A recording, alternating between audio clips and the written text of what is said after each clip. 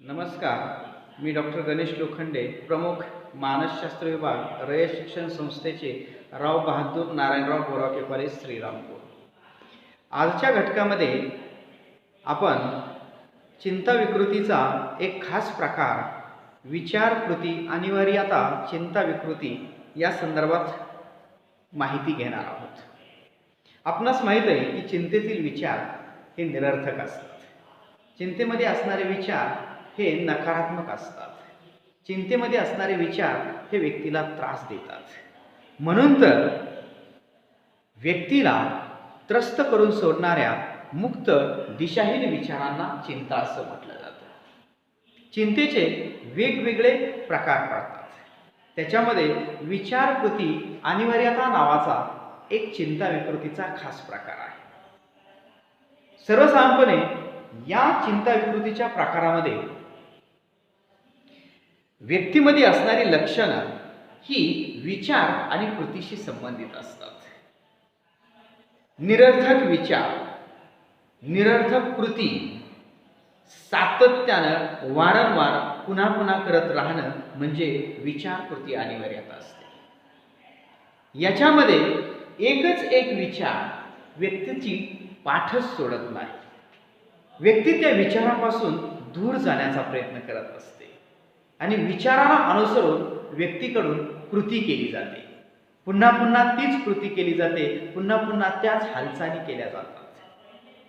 त्यामुळे विचारकृती अनिवार्यता या विकृती प्रकारामध्ये दोन प्रमुख बाजू आहेत. त्यातली पहिली महत्त्वाची जी बाजू आहे ती म्हणजे विचार अनिवार्यता आणि दुसरी आहे ती म्हणजे कृती अनिवार्यता. आता ही जी विचार अनिवार्यता असते याच्यामध्ये व्यक्तीमध्ये विचार दोष असतात. निरर्थक विचार करणं, एकच एक नकारात्मक विचार करत राहणं की ज्या विचाराचा वास्तवाशी काही संबंध असत नाही. हे विचार मुळातच काल्पनिक असतात. हे विचार मुळातच अशास्त्रीय, अतार्किक अशा प्रकारचे असतात. अर्थात व्यक्ती या विचारापासून जरी दूर जाण्याचा प्रयत्न करत असली तरी हे विचार मात्र व्यक्तीचा पाठलागच करत असतात आणि व्यक्तीला त्रस्त करून सोडतात. व्यक्ती अगदी हैराण होऊन जाते. व्यक्तीला नको नकोसं वाटायला लागतं नव्हे, व्यक्ती हताश होऊन जाते आणि त्या विचारापासून दूर जाण्यासाठी किती प्रयत्न केले तर हे नकारात्मक, अतार्किक असणारे निरर्थक विचार व्यक्तीची पाठ काही सोडत नाहीत. पुन्हा पुन्हा तेच विचार येतात. व्यक्ती तो विचार फोडून टाकण्याचा जरी प्रयत्न करत असते, ती विचारापासून बाहेर येण्याचा जरी प्रयत्न करत असली तरी तो विचार पुन्हा जोड धरून पुन्हा त्याच ताकदीनं तो विचार व्यक्तीकडे येतो आणि व्यक्ती अगदी हताश होऊन जाते. म्हणजे निरर्थक अतार्किक विचार ज्या वेळेस व्यक्तीला पुन्हा पुन्हा येतो आणि व्यक्तीला सतावून सोडतो, त्रस्त करून सोडतो, त्यावेळेस त्याला आपण विचार अनिवार्यता असं म्हणतो. हे जे विचार अनिवार्यता आहे त्याच्यामध्ये प्रामुख्याने असणारे विचार काय असतात तर त्यातली महत्त्वाची बाजू जी आहे ती म्हणजे आक्रमकता, आवेग असणारे विचार. म्हणजे याच्यामध्ये व्यक्तीच्या मनामध्ये असे काही भयानक विचार येत असतात. मग त्या कुणावरती तरी हल्ला करणं असेल, एखाद्याला ठार मारणं असेल, एखाद्याला दुखापत करणं असेल, म्हणजे आक्रमक वर्तन करण्यासारखे जे विचार असतात हे विचार व्यक्तीमध्ये वारंवार येतात. याच्यामुळे व्यक्ती इतर व्यक्तींना विनाकारण हल्ला करण्याची शक्यता नाकारता येत नाही. आक्रमक वर्तन व्यक्तीकडून होण्याची शक्यता नाकारता येत नाही. त्याच्यामधून भयानक काहीतरी होऊ शकतं. अशा प्रकारचे आक्रमक आवेग असणारे, आक्रमकता दर्शवणारे विचार हे व्यक्तीच्या मनामध्ये वारंवार येत असतात. दुसरी महत्त्वाची बाब आहे ती म्हणजे साशंकता विचार. आता हे साशंकता काय असते, याच्यामध्ये वारंवार हे केलंय का नाही याच्याबद्दल असणारी साशंकता किंवा संशय. म्हणजे एखादी कृती असेल, एखादं काम असेल ते आपण केलं का नाही याच्याबद्दल असणारी साशंकता, याच्याबद्दल असणारा संशयच तो असतो. उदाहरणार्थ घराचा दरवाजा बंद करून लॉक वगैरे केलेलं असतं आणि अशा व्यक्ती बाहेर गेल्यानंतर पुन्हा यांना विचार येतो, अरे आपण घराचं लॉक केलं का नाहीये, घरामध्ये असणाऱ्या गॅसचं बटन बंद केलं का नाही, लाईटचं बटन बंद केलं का नाही, पाण्याची तोटी बंद केली का नाही. ह्यासारख्या साध्या साध्या विचारापासून ते मोठमोठे विचार साशंकतेचे, संशयाचे यांच्यामध्ये येत असतात. खरं तर हे यांनी सगळं व्यवस्थित केलेलं असतं परंतु थोड्या वेळानंतर यांना असं वाटत असं नाही केलंय का नाही आपल्याला लक्षातच नाहीये किंवा तशा प्रकारचा संशय यांच्यामध्ये येत असतो। दुसरी महत्वाची बाब म्हणजे कल्पना लैंगिक दृष्टिकोनाचे असणारे, म्हणजे लैंगिक कल्पना असणारे विचार वारंवार यांच्यामध्ये येतात। आता हे लैंगिक आवेग असतात, हे नकारात्मक असतात, परंतु लैंगिक गोष्टींबाबत असणारा विचार हा बळावत जातो। लैंगिक कल्पना दर्शवणारे जे विचार असतात हे यांच्यामध्ये येतात आणि ते त्यांना खरं तर नकोसं वाटत असतं, मात्र तशा पद्धतीचे विचार लैंगिक कृतीच्या संदर्भात असणारे विचार या व्यक्तीमध्ये वारंवार येतात। व्यक्ती त्या विचारापासून दूर जाण्याचा प्रयत्न करते, त्याला असं वाटत नाही हे असं विचार करणं योग्य नाही, हे असं विचार करू नये, परंतु लैंगिक कृतीच्या संदर्भात लैंगिक गोष्टींच्या संदर्भामध्ये अशा काही काल्पनिक विचार या व्यक्तींमध्ये येत असतात आणि त्याच्यातून व्यक्ती हताश होऊन जाते। आणि आणखी एक महत्वाची बाब आहे ती म्हणजे धार्मिक विचार। आता धार्मिक विचारांमध्ये एखाद्या देवावरती एखाद्या श्रद्धा असणं, एखाद्या देवावरती श्रद्धा असणं, एखाद्या व्यक्तीवरती श्रद्धा असणं किंवा एखाद्या व्यक्तीच्या संदर्भात असणारी श्रद्धा विश्वास याच्यापेक्षा वेगळं काहीतरी हे धार्मिक विचार याच्यामध्ये असतात। आणि याच्यामध्ये व्यक्ती इतकी अंधश्रद्धाळू झालेली असते की तिच्यामध्ये तिला वास्तव आणि काल्पनिक यातला फरकच कळत नाही। आणि व्यक्ती याच्यामध्ये काय होते की जे काही काल्पनिक विचार करत असते, धार्मिक स्वरूपाचे विचार करत असते, ते कुठेतरी अंधश्रद्धाच्या पुढे जाऊन हे विचार असतात आणि याच्यामुळे व्यक्तीमध्ये असणारे जे धार्मिक विचार असतात हे धार्मिक विचार व्यक्तीला हताश करून सोडतात। व्यक्ती एखाद्या देवावरती असणारा विश्वास इतका प्रगाढ असतो की त्याच्यामुळं त्या व्यक्तीला हानी पोहोचेल इथपर्यंतचे प्रगाढ विश्वास आणि त्याच्यातून तिच्याकडून काहीतरी अवास्तव कृती घडून जातात। ठीक आहे ना, आपल्याला मनशांती मिळावी म्हणून, एक आत्मशांती असावी म्हणून देवावरती विश्वास ठेवणं हे साहजिक आहे, परंतु याच्यामध्ये असणारे विचार जे असतात ना हे स्वतःला काहीतरी धोका पोहोचवून जातील इथपर्यंतचे असणारे हानिकारक असे अतार्किक असे धार्मिक विचार या। आता हे विचार अनिवार्यतेच्या संदर्भाचे विचार आहेत, म्हणजे याच्यामध्ये एकच एक विचार, एकच एक विचार जो असतो हा निरर्थक असणारा विचार व्यक्ती वारंवार करत असते, परंतु कृती अनिवार्यता ही विचारापेक्षा वेगळी असणारी, अर्थात विचार केल्यानंतर कृती केली जाते, विचाराला अनुसरून कृती केली जाईल, म्हणजे या कृती अनिवार्यतेच्या पाठीमागे विचार असेल, परंतु ही कृती अनिवार्यता जी असते ना ही कृतीतून व्यक्त केली जाते। म्हणजे विचारामध्ये केवळ निरर्थक विचार असतात, कृतीमध्ये व्यक्ती काय करते, एक विशिष्ट निरर्थक कृती करत असते, ती पुन्हा पुन्हा करते, वारंवार करत असते की ज्याचा काही वास्तवाशी संबंध असणार नाही, अतार्किक असणारे असा जो असणारी एखादी कृती पुन्हा पुन्हा करणं याला कृती अनिवार्यता असं म्हटलं जातं। आता एखादी कृती आपण एकदा केल्यानंतर पुन्हा तीच कृती करत नाही का, तर ती करण्याची आवश्यकता नसते, हे तर्कशुद्ध आहे, मात्र ज्या वेळेस कृती अनिवार्यता केली जाते त्यावेळेस व्यक्ती काय करते, पुन्हा पुन्हा पुन्हा पुन्हा त्याच कृती करत राहते, अर्थात त्या निरर्थक असतात। ज्याला अर्थ असतो अशा कृती पुन्हा पुन्हा करणं याला आपण कृती अनिवार्यता म्हणणार नाही, परंतु ज्याच्यामध्ये अर्थच नाहीये, निरर्थक असणाऱ्या कृती पुन्हा पुन्हा करणं याला आपण कृती अनिवार्यता असं म्हणतो। याच्यामध्ये पहिली जी महत्वाची बाब असते ती म्हणजे स्वच्छता कृती। आता आपण स्वच्छता पाळावी किंवा स्वच्छता राखावी हे मान्य आहे, म्हणजे त्याच्यामध्ये काय आहे की आपल्या आरोग्यासाठी आपण स्वच्छता पाळावी हे आपल्याला माहित आहे, परंतु स्वच्छता कृती अनिवार्यता असणाऱ्या व्यक्ती ज्या असतात ह्या इतक्या स्वच्छता पाळतात ना, त्या वारंवार हात धुतात, म्हणजे यांना असं वाटत असते काहीतरी आपल्याला होईल, काहीतरी वेगळा संसर्ग होईल आणि म्हणून त्या सतत हात धुत असतात।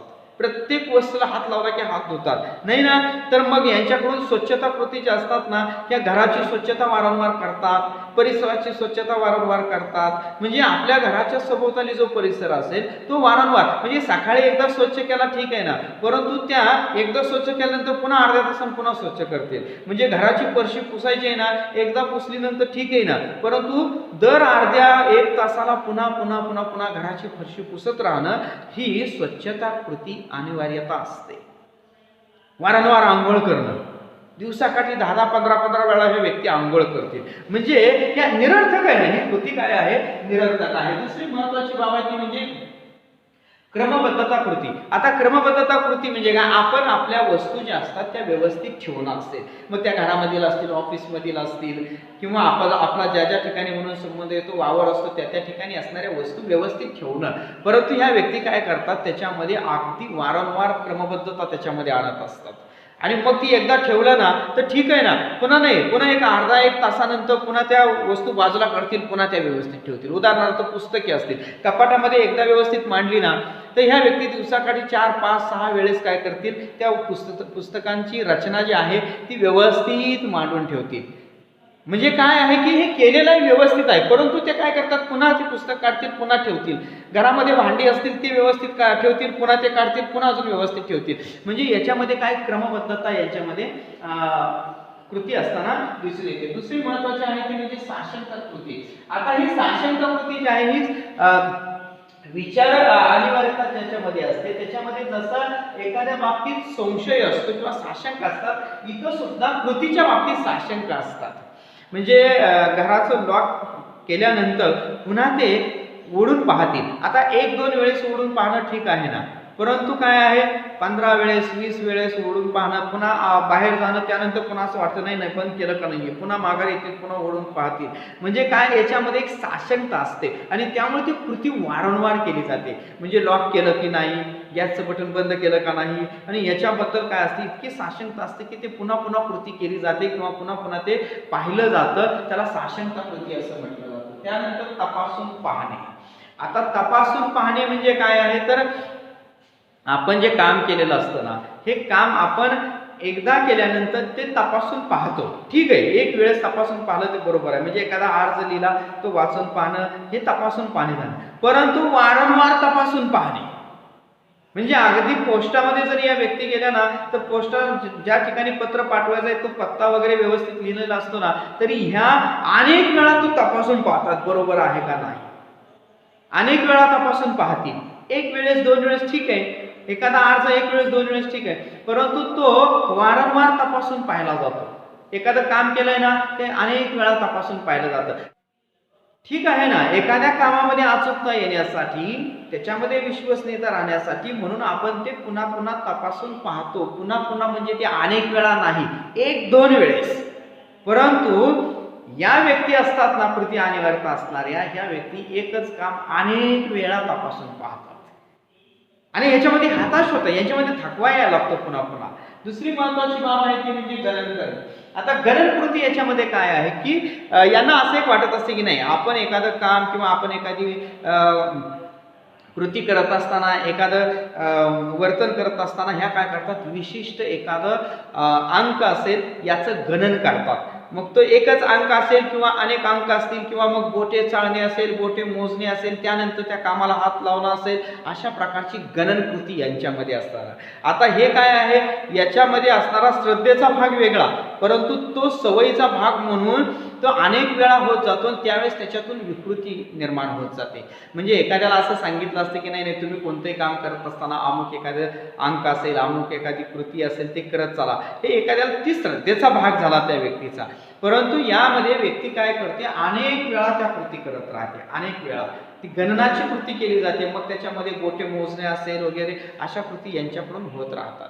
आणि दुसरी आणखी एक महत्वाचा प्रकार आहे तो म्हणजे संसर्ग भीती. आता हा संसर्ग भीती म्हणजे काय, याच्यामध्ये व्यक्तीला असं वाटत असतं की आपल्याला एखादा भयानक असा अनामिक असा काहीतरी रोग होईल, एखादी विषाणूची बाधा होईल, एखाद्या जीवाणूची बाधा होईल, एखादा आजार होईल. आणि म्हणून काय करत असतात, या व्यक्ती वारंवार काय करत असतात, स्वतःला तपासून घेण्याचा प्रकार जो असतो किंवा तो आजार किंवा तो ती विकृती होऊ नये म्हणून या व्यक्ती सतत एखादी विशिष्ट कृती करत राहतात किंवा मग त्याच्यातून स्वच्छता कृती केली जाते. मग एखाद्या वस्तूला हात लावला तर विषाणूचा संसर्ग होईल म्हणून पुन्हा अंघोळ करायची, पुन्हा दुसऱ्या वस्तूला हात लावला पुन्हा असं वाटतं नाही नाही मग पुन्हा एकदा अंघोळ करायची किंवा पुन्हा एकदा हात स्वच्छ धुणे. हे जे आहेत ना, साहजिक आहे स्वच्छता पाळणं वेगळं असतं आणि त्याची एक विकृतीकडे झुकणं हे त्याच्यापेक्षा काहीतरी वाईट असतं. आणि म्हणून या व्यक्तींना विशिष्ट असा काहीतरी संसर्ग झाल्यासारखा वाटत असतो. असं का होतं? मानसशास्त्रज्ञांचं म्हणणं आहे की सर्वसाधारणपणे ही विचारकृती अनिवार्यता असेल किंवा कृती अनिवार्यता असेल यासारखी विकृती व्यक्तीमध्ये काय येते तर त्याला पहिलं महत्त्वाचं मनोविश्लेषण दृष्टिकोनवाद्यांचं असं मत आहे की मनोविश्लेषण दृष्टिकोनवादी असं सांगतात की आपल्या अबोध मनामध्ये असणारे जे विचार असतात, आता हे अबोध मनामध्ये असणारे विचार हे मुळातच दडपून टाकलेले विचार असतात.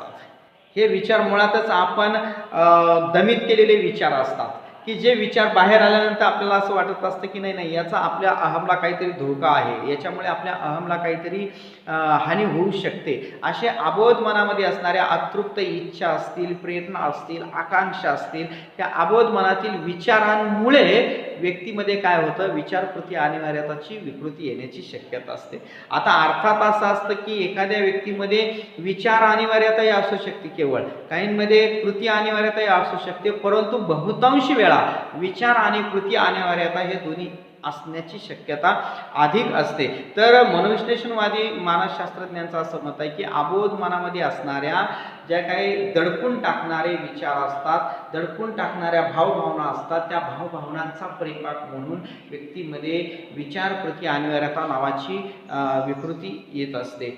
दुसरी महत्त्वाची बाब हे मनोविश्लेषणवाद्यांचं असं मत आहे की सर्वसाधारणपणे डॉक्टर सिग्मंड फ्रायड यांनी मनोलैंगिक विकास अवस्था सांगितल्या.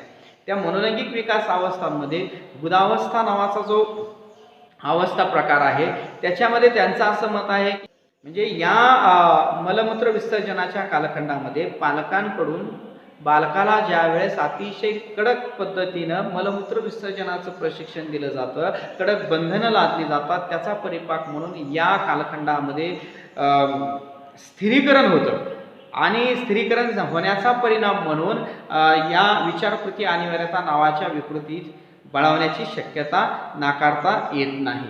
आणि आणखी एक महत्त्वाची बाब अशी आहे ती म्हणजे आपल्या असणाऱ्या संरक्षण यंत्रणा.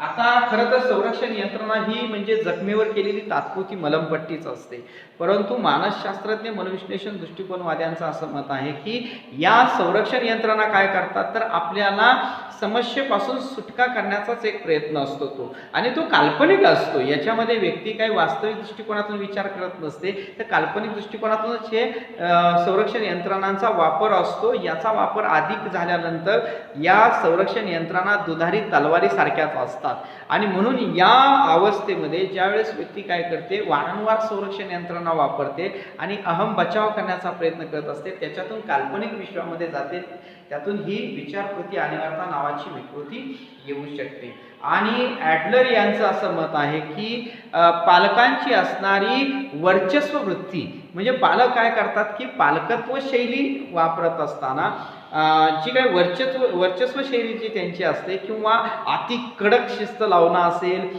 बालकांवरती काहीतरी खूप मोठ्या प्रमाणामध्ये बंधनं घालणं असेल. आता ठीक आहे संस्कार करण्याइतपत बंधनं असावीत, परंतु ती अति ज्यावेळेस बंधन होतात, अति वर्चस्व वृत्ती ज्यावेळेस होते त्यावेळेस या बालकांना असं वाटायला लागतं की नाही नाही नाही आपल्या अस्तित्वावरती आपल्या स्वातंत्र्यावरती कुठंतरी गदा येते आहे असं वाटतं आणि त्यामुळे एक न्यूनगंड निर्माण होतो. त्याच्यातून ह्या विचारकृती अनिवार्यता विकृतीचा जन्म होण्याची शक्यता नाकारता येत नाही.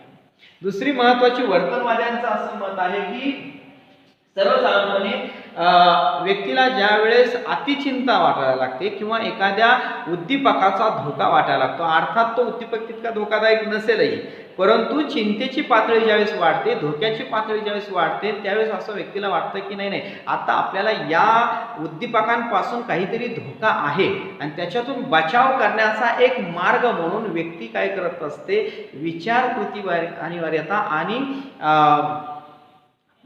ही जी चिंता विकृती आहे याचा आधारच घेत असते एक प्रकारे. म्हणजे याच्यामध्ये काय केलं जातं तर व्यक्ती चिंता आणि भीतीच्या भावनेचा एक परिपाक म्हणून किंवा या भावनेला एक वाट करून देण्याचा, त्याचा एक विसर पडण्याचा मार्ग म्हणून विचारकृती अनिवार्यतेकडे झुकत असते. म्हणजे काय, मनामध्ये असणारी चिंता असेल, भीती असेल, याच्यातून मार्ग काढण्यासाठी, याच्यातून प्रभावीपणे बाहेर पडण्यासाठी किंवा याच्याकडे दुर्लक्ष करायचंय, चिंता विसरायची आहे, भीती विसरायची आहे, आणि म्हणून त्याच्यासाठी म्हणून एक मार्ग म्हणून विचारकृती अनिवार्यता या मार्गाचा अवलंब व्यक्तीकडून होण्याची शक्यता नाकारता येत नाही. जसं वर्तनवाद्यांचं मत आहे तसंच बोधात्मक दृष्टिकोनवाद्यांनी सुद्धा असं मत मांडलेलं आहे की आपली असणारी अतार्किक विचारशैली जी असते, तर्क विसंगत विचार जो असतो, नकारात्मक विचार जो असतो, हा नकारात्मक विचार बळावत जातो, व्यक्तीचा आत्मविश्वास कमी होत जातो, व्यक्ती काल्पनिक विश्वाकडे झुकायला लागते आणि त्याच्यातूनच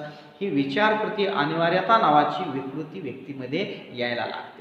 आता अर्थात हे झाले मानसोपचार, मनोविश्लेषण किंवा इतर वर्तनवादी दृष्टिकोन असतील किंवा बोधात्मक दृष्टिकोन असतील, हे झाले मानसशास्त्रीय दृष्टिकोन. मात्र जैविक दृष्टिकोनवाद्यांचं काय मत आहे, तर जैविक दृष्टिकोनवादी असं सांगतात की मेंदूमध्ये असणारा रचनात्मक आणि कार्यात्मक दोष हा विचारकृती अनिवार्यता विकृतीला जबाबदार असतो. अर्थात जैविक दृष्टिकोनवाद्यांचं असं मत आहे की मेंदू हा आपला वर्तनाचं सर्वोच्च केंद्र असतं, परंतु मेंदूमध्ये ज्या वेळेस बिघाड होतो, मग तो बिघाड अन्य कारणामुळे असेल, मग अपघातामुळे मेंदूला आघात होणं असेल किंवा विषबाधा होणं असेल, त्यामुळे मेंदूमध्ये काही दुखापत होणं असेल, मेंदूच्या एखाद्या भागाला इजा होणं असेल किंवा मेंदूमध्ये रक्ताच्या गाठी निर्माण होणं असेल, असे वेगवेगळ्या ज्या काही मेंदूला होणारे आघात असतील किंवा दोष असतील, याचा परिपाक म्हणून व्यक्तीमध्ये विचारकृती अनिवार्यता नावाची विकृती येण्याची शक्यता नाकारता येत नाही. दुसरी महत्त्वाची बाब आहे ती म्हणजे बेसल गॅग्लिया ह्या मेंदूतील भागाला ज्यावेळेस इजा होते त्यावेळेस त्या इजेचा परिपाक म्हणून, दुखापतीचा परिपाक म्हणून व्यक्तीमध्ये विचारकृती अनिवार्यता नावाची विकृती येते. आणि आणखी एक महत्त्वाचं जैविक दृष्टिकोनवाद्यांचं असं मत आहे की आपल्या शरीरामध्ये असणारे जे चेतापारेषक असतात, या चेतापारेषकांमधील सेरोटॉनिनचं प्रमाण ज्या वेळेस अति होतं, सेरोटॉनिनचं प्रमाण ज्यावेळेस वाढतं त्यावेळेस व्यक्तीमध्ये विचारकृती अनिवार्यता नावाची विकृती येते. आता ही प्रमुख कारणं झाली या विचारकृती अनिवार्यतेची, परंतु मुळात असं आहे की याच्यावरती काही उपचार आपल्याला करता येणं शक्य आहे का? अर्थातच कोणतीही मानसिक विकृती असेल तर त्याच्यावरती औषधोपचार असतील, त्याचबरोबर मानसोपचार पद्धतींचा वापर जर केला, प्रभावीपणे मानसोपचार पद्धतीचा अवलंबिल्या, तर मानसिक विकृती कमी करणं किंवा नष्ट करणं आणि त्या व्यक्तीला सामान्य वर्तन करायला, तिच्यामध्ये सामान्य वर्तन निर्माण करणं शक्य असतं. आणि म्हणून मानसशास्त्रज्ञांनी या विचारकृती अनिवार्यता विकृतीच्या संदर्भात काही उपचार सांगितलेले आहेत. त्यामध्ये पहिले महत्त्वाची उपचार पद्धती आहे ती म्हणजे मनोविश्लेषण उपचार पद्धती. अर्थात विचारकृती अनिवार्यता विकृतीवरती मनोविश्लेषण उपचार पद्धतीचा फार काही प्रभाव पडत नाही, परंतु मनोविश्लेषणवाद्यांचं असं मत आहे की व्यक्तीच्या मनामध्ये असणाऱ्या ज्या काही अबोध प्रेरणा असतील, ज्या काही अतृप्त इच्छा आकांक्षा असतील, ज्या काही दडपून टाकलेल्या भावभावना असतील, त्याला जर एक वास्तव आणि समाजमान्य मार्गाने जर त्या मोकळ्या केल्या तर मग मात्र ह्या विकृतीवरती उपचार करणं शक्य होतं किंवा ही विकृतीचं प्रमाण कमी करणं आपल्याला शक्य आहे. आणि दुसरी महत्त्वाची बाब अशी आहे की या गुदावस्थेच्या कालखंडामध्ये पालकांकडून जे अति मलमूत्र विसर्जनाचं जे प्रशिक्षण दिलेलं असतं त्याचा परिपाक म्हणून गुदावस्थेमध्ये स्थिरीकरण जे असतं, या स्थिरीकरण भाव जो निर्माण झालेला असतो तो कमी करणं आणि त्याच्याद्वारे चिंताभाव कमी करणं शक्य असतं, असं मनोविश्लेषणवादी उपचार पद्धतीवाद्यांचं मत आहे. दुसरं महत्त्वाची बाब आहे ती म्हणजे याच्यामध्ये विचारखंडन तंत्राचा सुद्धा प्रभावीपणे वापर करता येतो. म्हणजे विचारखंडन म्हणजे काय, मुळातच चिंता विकृतीमध्ये अतार्किक, त्यानंतर धोकादायक असे काहीतरी विचार असतात, काल्पनिक असे काहीतरी विचार असतात, निरर्थक असे विचार असतात. तर ह्या निरर्थक विचारांचं खंडन करणं आणि या खंडन करण्याचं प्रशिक्षण व्यक्तीला जर प्रभावीपणे दिलं, याच्यामध्ये कशा पद्धतीनं ते अगदी एका वेळेस हे विचाराचं खंडन होणार नाही, तर त्या व्यक्तीला ज्या उद्दीपकाची, ज्या घटनेची धोका वाटतो किंवा भीती वाटते किंवा ज्याच्यामुळे हे असं घडतंय ना, तर त्याच्या संदर्भामध्ये प्रशिक्षण देऊन त्याची भीती किंवा त्याची असणारी चिंता पातळी जी आहे कमी कमी कमी कमी करणं शक्य आहे. ते पद्धतशीरपणे एक एक व्यक्तीला अनुभव देऊन मग त्याच्यामध्ये व्यक्तीच्या समोर प्रत्यक्ष त्या उद्दीपक सादर करून असेल किंवा त्या व्यक्तीला असं मनाच्या पातळीवरती जरी सांगितलं की तुम्ही अशा पद्धतीनं ती मनाच्या पटलावरती ती उद्दीपक किंवा तो धोकादायक उद्दीपक आणायचा असतो आणि त्याद्वारे ते काय करायचं व्यक्तीनं त्याच्या संबंधी असणारी भीती किंवा चिंतेचा भाव असतो हा कमी करणं. मग त्याच्यामध्ये कोणत्याही प्रकारचा उद्दीपक असेल तर त्याच्यातून आणि व्यक्तीला एक प्रकारे त्याचा विचार करून जो काही विचार निरर्थक आहे, जो काही विचार धोकादायक वाटतो, आता मुळातच हे नकारात्मक असतात, वास्तवापासून दूर गेलेले विचार असतात, याचा व्यक्तीला जर अनुभव दिला आणि ते निरर्थक आहे, ते चुकीचं आहे असा जर अनुभव दिला आणि त्याच्यातून त्या विचारांचं खंडन केलं की काय जो काही विचार असेल तो असा असतो की अगदी कधी कधी असं वाटतं पण आपल्या डोळ्यामध्ये चिलट गेल्यासारखं वाटतं, परंतु ते काही तसं नाही आहे, परंतु आपल्याला वाटतं आणि आपण सारखा डोळा चोळतो किंवा डोळ्याकडे आपण लक्ष देत असतो. तर अशा प्रकारचा तो विचार असतो आणि हा विचारच खंडन करायचा, त्याचा आपल्याशी काही संबंध नाही, असं एक धाडसाचं पाऊल जर उचलायला भाग पाडलं तर त्याच्यातून काय होतं, चिंता विकृती किंवा ही विचारकृती अनिवार्यता जी आहे ही कमी कमी होत जाऊ शकते. आणि दुसरी महत्त्वाची बाब अशी आहे की शिक्षा आणि बक्षीस किंवा पारितोषिकाचा वापर करून सुद्धा विचारकृती अनिवार्यता विकृतीवरती नियंत्रण आणणं शक्य आहे. याच्यामध्ये काय आहे की शिक्षा का करायची, शिक्षा म्हणजे खूप मोठ्या शिक्षा असं याच्यामध्ये असत नाहीयेत, तर एखाद्या तिला आवडणाऱ्या एखाद्या घटकापासून तिला परावृत्त ठेवणं असेल किंवा त्या व्यक्तीला एक विशिष्ट पद्धतीनं जर तुम्ही अशी जर कृती नाही केली किंवा एक चांगलं वर्तन नाही केलं किंवा चांगला विचार नाही केला तर त्या एखाद्या उद्दीपकापासून तिला दूर ठेवलं जातं किंवा परावृत्त ठेवलं जातं, संधीपासून दूर ठेवलं जातं किंवा मग सौम्य स्वरूपामध्ये रागावणं असेल, अशा पद्धतीनं शिक्षा करून काय केलं जातं, आपल्याला त्या व्यक्तीमध्ये असणारी विचारकृती अनिवार्यता कमी करता येते. त्याचबरोबर जर योग्य वर्तन केलं, योग्य विचार केला, सकारात्मक विचार केला तर त्या व्यक्तीचं कौतुक करणं असेल, तिला बक्षीस देणं असेल, अशा पद्धतीनं सुद्धा तिच्या वर्तनामध्ये बदल करणं शक्य असतं. एकंदरीत शिक्षा आणि पारितोषिकाचा वापर करत असताना तो जो वापर केला जातो तो प्रत्यक्ष अप्रत्यक्ष स्वरूपामध्ये बक्षीस असेल, शिक्षा असेल, अशा माध्यमातून काय केलं जातं, व्यक्तीमध्ये वर्तन परिवर्तन घडवून आणण्याचा प्रयत्न केला जातो की जेणेकरून विचारकृती अनिवार्यता ही विकृती कमी करता येणं शक्य आहे. तर अशा वेगवेगळ्या मार्गाने